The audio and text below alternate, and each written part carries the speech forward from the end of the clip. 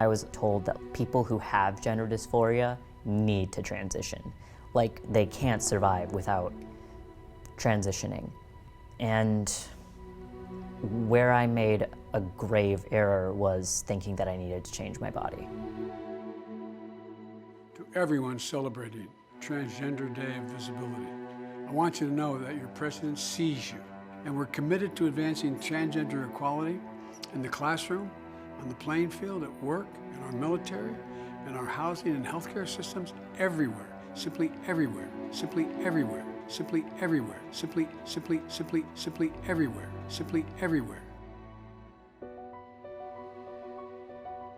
Parents are terrified to take their children to the doctor. I see this all the time in parenting groups.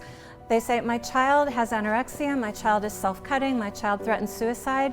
Where can I take my child for help? You take the child to the emergency room's going to move them toward transition. And if you don't agree as a parent, you're going to get cut out of the equation. If you are a licensed medical professional and you have a girl who doesn't feel comfortable being a girl, identifying as a girl, living as a girl, and you help her feel comfortable being a girl, that's considered conversion. But if you give that girl testosterone, if you perform a double mastectomy on that girl, if you convert her into a boy, that's considered affirmation, right? It's totally Orwellian language. I went cold and I started shaking, and I thought, I must be misreading this because it sounds like they're trying to ban the kind of therapy that helped me. How are you going to heal a wounded heart by operating on people's genitals? And yet, my profession fully embraced that now. Treating them with hormones and surgery doesn't fix a broken identity.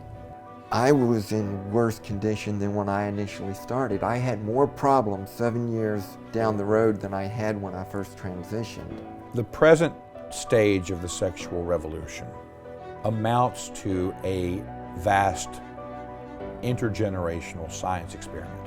I mean, essentially, in a nutshell, is a kind of a war with reality. So much of this movement, the trans movement, is it doesn't want to recognize the obvious limits to humanity.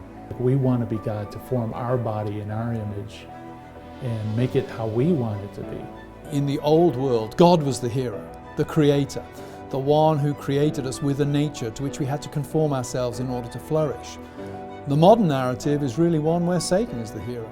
We live in an age where the body itself has become very depersonalized and objectified. And this is really death dealing. Indeed, the very definition of death is the separation of the body and the soul. I wish I could just very harshly say to my young pre-testosterone but trans-identifying self, don't do any of this, don't go on T, don't get surgery, don't even change your name, just stop.